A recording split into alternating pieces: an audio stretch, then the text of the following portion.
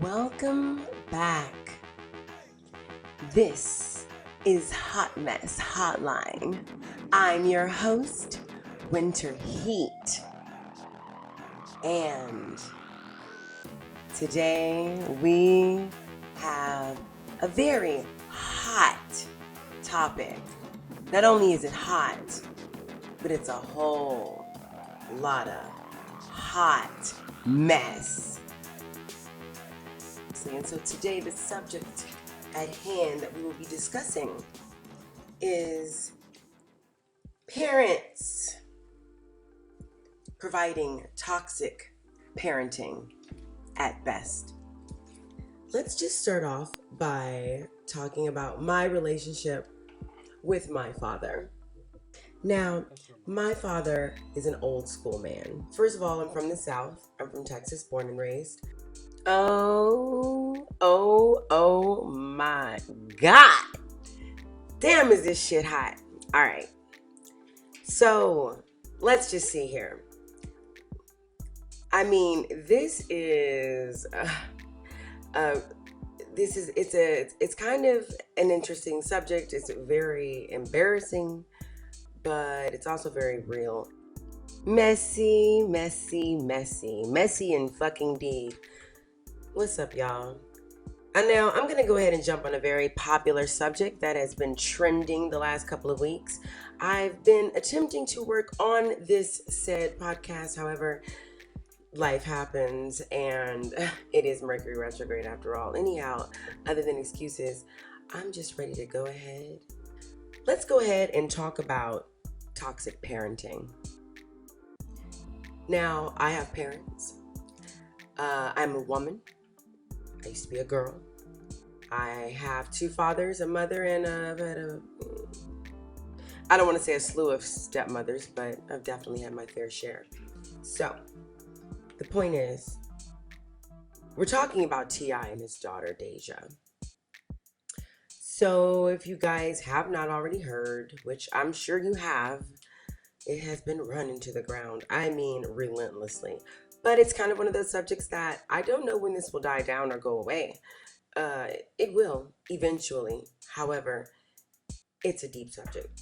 So, let me give you a little bit of backstory on my father that raised me before I start judging and giving opinions on someone else's. So, my father is very old school. My father's a good man. He's always been a good man, and he's always looked out for me. The thing about it is, first of all, so I have two fathers, as I mentioned. One is my father that raised me, okay? And one is my birth father that was there originally, and my parents were high school sweethearts, blah, blah, blah. They get divorced when I'm 4. New dad's in the picture. Boom, been there ever since. I'm 37. You do the math. You know what I'm saying? 30 plus years holding it down. But there were a few things that my father taught me growing up that maybe today, if in 2020 he were to say those very same things, some people might feel a certain type of way about it. What's new?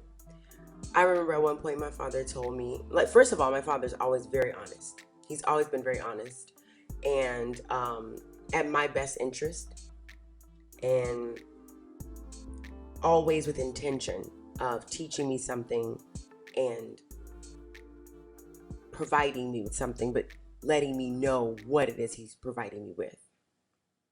So he told me at one point that he loved me so much, and sometimes he jokes about it, but he'll say, you know, growing up as a young man, I swore I would never raise another man's child.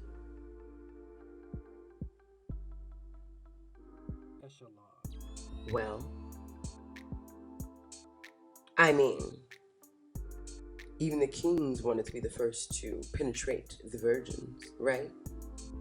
Rightfully so. You know, he had standards. My father is a college graduate, and he did go on a scholarship. He's always had standards. My family is a little bit country, okay? We are from Southeast Texas, but I'm just saying, he had his certain standards. However, he also had an eye for my mama ever since they were very young, like in high school.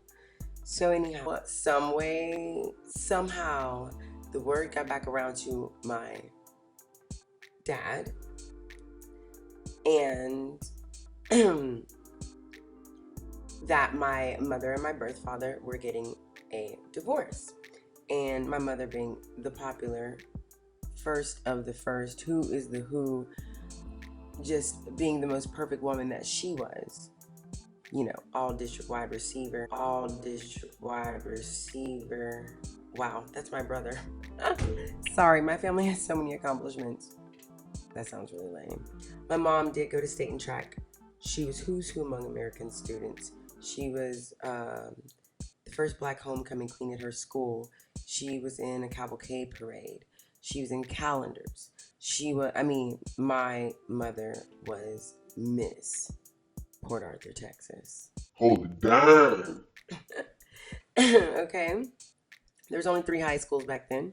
And my dad went to one, and my birth mother and birth father went to another. He finds out, he calls my who? Grandmother, and introduces himself. Hello, I'm blah blah blah. I went to this school, graduated in this class. I know your daughter is this lady, and she was married to this man. Now, what I know is she's always been very, very smart, and I also heard that she has a daughter. I would like to extend an invitation for her to move up to Dallas so that she may have opportunity to grow within a company and she's not just stuck in one place.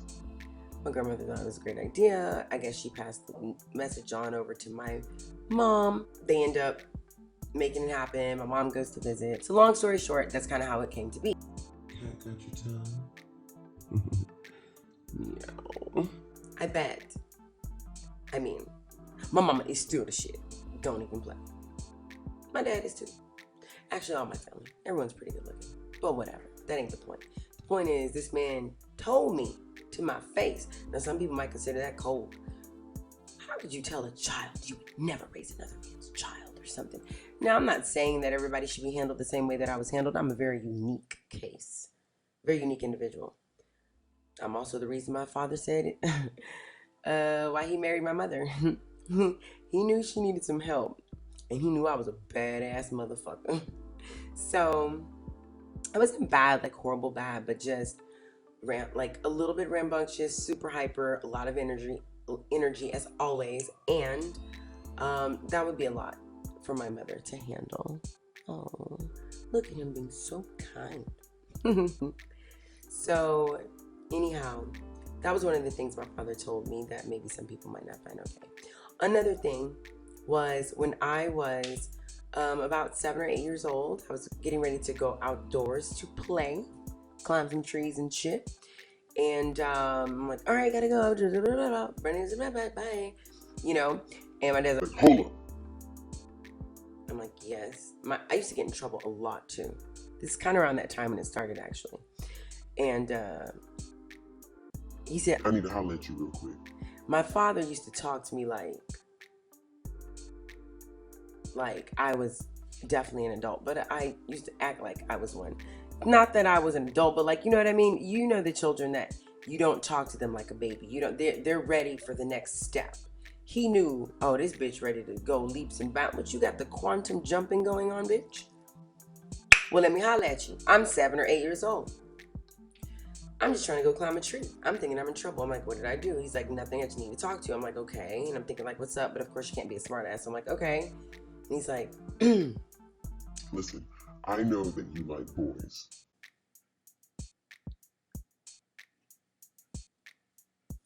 Who are you talking to? Me? No, I don't. I don't like boys. Yes, you do. No, I don't. Yes, you do. Yes, you do, and that's fine. I have no more rebuttal. He told me it's fine. I shut the fuck up. Because boys don't like you right now. Boys don't like any little girls. They like to do boy things. If they like you, they might trip you, shove you into a wall, throw a rock at you. Now, hello, we could pause it right there and be like, well, damn, are we encouraging like that wouldn't be domestic violence. What would that be considered? I don't know. Whatever. He was just keeping it real with me, letting me know how little boys are because he was one. He was a little boy, he was a dog, he was a Mac, and now he was becoming a man. Not only a man, but a man fathering another man's child, which he never would have done. So he thought. The boys don't like any girls right now. But one day they will. And when they do, they're going to like you. If you could have seen, like, I experienced so many emotions. I'm like, They are. in my head. But I didn't say that. I'm like, oh, really? He said, They're going to tell you a lot of stuff. They're going to be nice to you all of a sudden. They're going to tell you lots of things. They're going to tell you that you're pretty. They're going to tell you that you're gorgeous. They're going to tell you that you're beautiful. They're going to tell you that you're sexy, fine, cool, like whatever the cool word is at the time, damn it. They're going to tell you all of these things. And you know what you tell those motherfuckers? He said, you tell those motherfuckers I know. Cause my daddy tell me every day. They only want one thing from you. And that's what's in between your legs, inside your pants. Don't you ever let a man tell you something or a boy tell you something that makes you feel so happy and so proud and so loved that you feel the need that you need to give that up to them. Because you got enough love right here. and of course at the time I'm like, okay, can I go back outside and play? Now, bye. The fuck was he talking about? But fast forward 10 years later when I'm like 18, 19, I'm like, oh, I get it. I already never really was like super slutty or anything like that. I always wanted to be, but I couldn't because my daddy told me, don't do it. So the point is, I was instilled with this love. Very rough, raw, down south, country, southern, black man love. And at that time, I mean, I always felt like I was loved. I never had any issues with that. However, you know, things are different when you're younger versus when you get older because your ideas may change about what's real. The same way people can be put in a bad situation and maybe endure some kind of sexual abuse or something, and they think that it's all right until they grow up and learn it was all bad. So the point is, my dad then, after teaching me these key things, he had a few other rules. If a man ever came by the house, or a boy, whatever, right? Dating, high school, my dad called it couch duty. Look at here now, when you start dating, motherfuckers gonna have to come and sit on this couch. Now, listen, don't tell my dad I told y'all that he used to cuss a lot, like when I was little. Because he did. He doesn't anymore, at all. And he doesn't drink. He's like never drink as long as I've known him. He smokes cigars every now and then. He's just a good regular man. He likes to go to church, be a good man, that's all. But back in those days, they were younger, they were more wild. You know what I mean? They weren't even my age, I don't think. Yeah, they definitely weren't. So he said, if a motherfucker gonna come pick you up, you tell him he gonna sit on this couch and he gonna do some damn couch duty. Okay? Ain't gonna be no damn ding dong door ditch whatever. Like he said, ain't gonna be no motherfucking, basically ain't gonna be no pulling up and honking and shit. Bring your ass in this house, you gonna sit right there, you gonna stare me in my eyes so I can read your intentions on what you want to do with my daughter. I'm like, damn, daddy, nigga ain't can't. I don't even have no date. You know what I'm saying? I ain't even. Man, I'm like 12 and shit. Like, I wasn't even in high school. Every now and then, you just go off on these rants and like remind me of things. I'm like, okay, that's fine. So,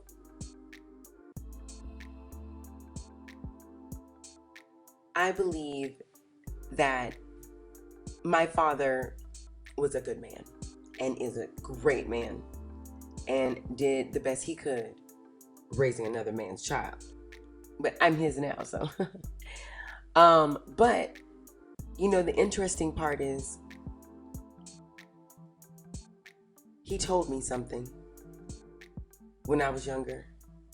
Actually, older than younger, but, like now I'm probably in high school age. I think my little brother was definitely born. He's 13 years younger than me. So my brother had to be like maybe 4 or 5 at the time. And he had a problem with me breaking curfew. I broke curfew all the time. When I turned 16, I had a car. Like we definitely were not, I never wanted for anything. We were good. And, so he got tired of me breaking curfew, and he pulled me to the side one day and he told me, listen, you're a woman, okay? Women and men are not the same. They will not be treated the same. When a man has sex with a woman, I'm like, oh, here we go with this sex shit again. Like every now and then he randomly. Now, side note, when I first met him, when I was 4, I think for a solid year, I probably did ask him like every other time I saw him, like, you sure you ain't got no sons? Oh, I was ready to like hump some pillows with his son in the closet somewhere or something. He's like, I don't have any kids. I'm like, you sure? You ain't got no motherfuckers. Nigga, for real? Shut the fuck up. Man, you feel me? So, it's like, okay. So, he's like, women and men are totally different. When a man has sex with a woman, all he has to do is wipe his dick off. A woman is internal. It's a completely different process. It's more hazardous for a woman. I think he was just making shit up at that point. However, his points that he made and the way that he made them was more than enough to show me,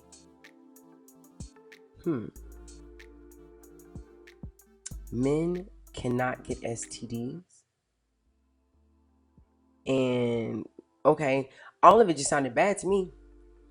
It's like, so damn, women can get STDs and we can get pregnant? Oh, he found a real good way to fuck me up. Plus, I'd already seen my cousin give birth when I was in middle school. So, I was definitely not in the mood for any of that kind of stuff. So, but the thing about it is, he then tells me, basically, a young lady should never shut down the club. You don't want to be the first ones there and be too thirsty, but you don't want to be the last ones out and be those hoochie mamas.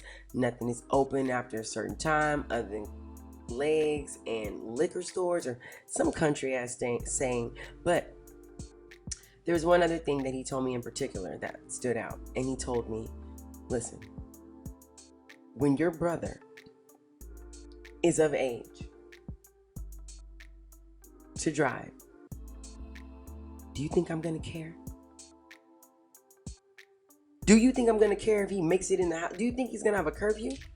Now, why is he telling me this? I don't know. I think he was trying to give me a perspective. It's kind of like taunting and fucked up, but at the same time, I'm like a tough bitch, and he definitely helped put extra edge on that. So it's like, whatever. But he's like, because he's a boy. You understand? I won't care. It's a double standard. I don't care. Your brother can rip and run and do whatever he wants to. He's a man. He's a young man. You are a lady or a young woman. And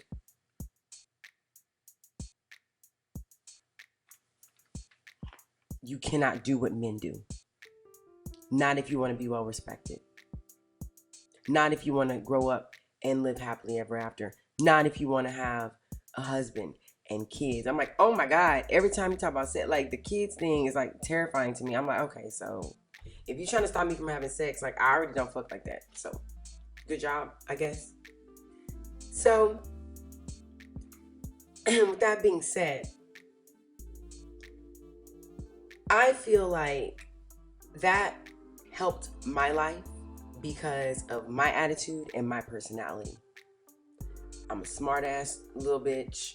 I always had a smart mouth. No project back. Make 10 represent the South. I got the spanking like all this. I feel like, like second and third grade pretty much. Maybe third and fourth grade, a little bit in second. I got my ass whooped like every day. Now, do I think that children should get their ass whooped with a belt right now, modern day? No. Am I gonna, like, I don't know, like, whatever. You know what I mean? Like, my dad was only looking out for me by telling me that a man just wants to make me another notch in their belt. Now, I'm not gonna lie, it did ruin me in ways because it's allowed me to be very closed off when it comes to men because I don't trust them because my father told me as a young child they were all dogs. I've definitely avoided a lot of situations with men sexually. I wanted to be a stripper when I was like 7 or 8. Again, that was the hottest year for me. I wanted to be a stripper. I wanted fake boobs. I wanted a waterfall. I wanted a hearing aid, braces, and like a cast, I think is what it was. I was such a weirdo. So, anyhow, my dad knew, and I never tried to hide. You know, some kids like hide shit, and like they're the quiet ones. That's what they always say. The quiet ones are the freaks and shit. I've never been that bitch. I've tried. It doesn't work. Because of his blatant, open, crass, harsh way that he handled me with tough love, it worked well for me. Most men have 2 worst nightmares: a gay son and a slutty daughter. Now, did all that ass whooping, cussing out, threatening, did it stop me from having too much premarital sex? Yes. It didn't keep me off the pole. That's the point. I still got on the pole, y'all. Now, it was only for a couple days and shit, but I still get on the pole. I got a pole.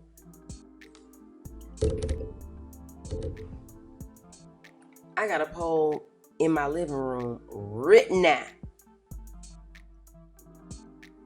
You feel me? You cannot stop nature. You cannot stop the inevitable from occurring. However, you can slow down the process because, I really didn't try for a while. I tried once when I was 18. Listen, that's not the point of the story. The point is, all of that my dad did not stop me from doing what was probably one of his worst nightmares. I don't think I've reached the top of that mountain. However, I've definitely dangled around with death a little bit. God wanted to control the devil. And to me, that story sounds a lot similar to that of Adam trying to control Lilith. You know, the bitch that came before Eve. The true dirt that we were made out of, not the real bullshit. Since the beginning of time, man has been trying to control everything except himself. Except for my father. My father has and continues to. He's an amazing man. I have a very healthy, loving relationship with my father. But the fact of the matter is, he definitely was a little bit more on like the masculine side of life. Like, hey, I'm old school in the motherfucker, okay? Niggas don't do shit like this, bitches don't do shit like this. That's all there is to it. So, but mankind, they've been trying to control everything except for themselves. It's called self-projection. Don't talk about it, be about it. What's that washed up ass saying? Do as I say, not as I do. That saying is dumb. It's horrible. It influences a true reflection of a bold coward. Grow up. Be a man. Teach a man. Raise a man. Men are continuously worried about their daughters and letting their sons do whatever the fuck they want to. That's stupid. aspect in the who, what, where, when, and why of a pussy that they don't possess. That's self-entitled. That's overbearing. And that is beyond toxic in every situation imaginable. T.I. and Donald Trump both speak to hear themselves talk. And they both have odd obsessions with their daughters and their walls. That's all the opinion I have on it. I don't think that T.I. wanting to try to have a little preventative maintenance with his daughter is a bad idea. I do think that sharing her vagina with the entire globe without her permission, even though he got her permission to have her medical records, but did not seek her permission to share that information with the world, is sick. The fact that he's bragging on it lets you know how insecure he is. I'd like to end with a rhyme from good old Tip. So there's this song that I absolutely fucking love, and it's called With Me. It's by Lil Wayne and T.I. and any of you who have followed me on my live broadcast. But I want you to hear why these men, because the song is written by T.I. and Lil Wayne. Lil Wayne actually, in even a newer song called Talk to Me Crazy. And in that song, he does mention, now we all know all the shit T.I. and Lil Wayne have both said. But now here they are begging for men to not treat their daughters the way that they have treated women. So let's see how this song starts off. Of course, we're going to do it a cappella because I don't want to get demonetized or some shit. All right. This starts off Lil Wayne.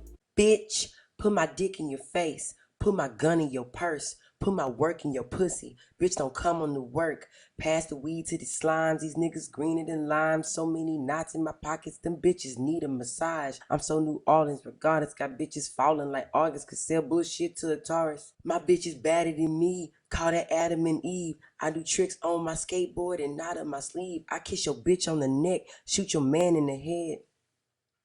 I get his mama address and send his parents his head. I play with pussy, not these niggas. Crucify these niggas. Kidnap them, call they boss and ask them who gon' buy these niggas. Got Lil Wayne on the ass, Latunchi on the titties. To kill me, you gotta die with me, with me, with me, with me. I ain't never been dumb, my nigga, or so can either go ahead and play around with it. Cash on deck, they been laying around with it. Got a K-fuck with us, I been spraying rounds with it, I'm cold.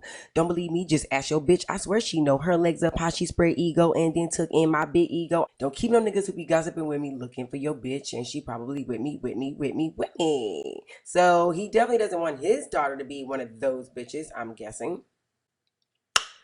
Hey, wait, man, these niggas ain't true. Holding on the yard, these niggas can't do. These niggas ain't king, these niggas ain't tuned. Got the game locked up, couple different angle. Got the outside, inside, middle lane too. All soul up, nigga. Hold up, nigga. Pimps on the loop, put your hoes up, nigga. Handcuff that bitch. When we roll up, nigga, we'll hit that bitch. Run pose up in the head and shoulders of another hoe up in her with her legs hanging out. Is she dead? Just about. Then we roll up some loud and we leave out the house. We leave out the house counting hundreds and fifties. Then go do a show for 250. We sell out arenas in hundreds of cities. These niggas want trouble. I'm bringing it with me. I mean, can you blame them for not fucking wanting their daughter to be that bitch? That's like maybe almost dead. She's been raped by another bitch. There's guns involved. I mean, Lil Wayne told the bitch, bitch, put my dick in your face, put my gun in your purse, put my work in your pussy. Bitch, don't come on to work. I mean, I'm just saying. I feel bad that people are judging their situation so harshly. I think that really is nobody's business and everybody wasting a lot of time talking about it. But I had to go ahead and jump on the topic because I am a daddy's girl and I do understand, but I do think T.I. was wrong. I hope that this does make it to YouTube. I've been recording these. I'm not sure how I like them because the camera's so close to my face. It's kind of weird. Don't know if you need to see all that. Maybe I add some videos and memes and things. I don't know. But until next time.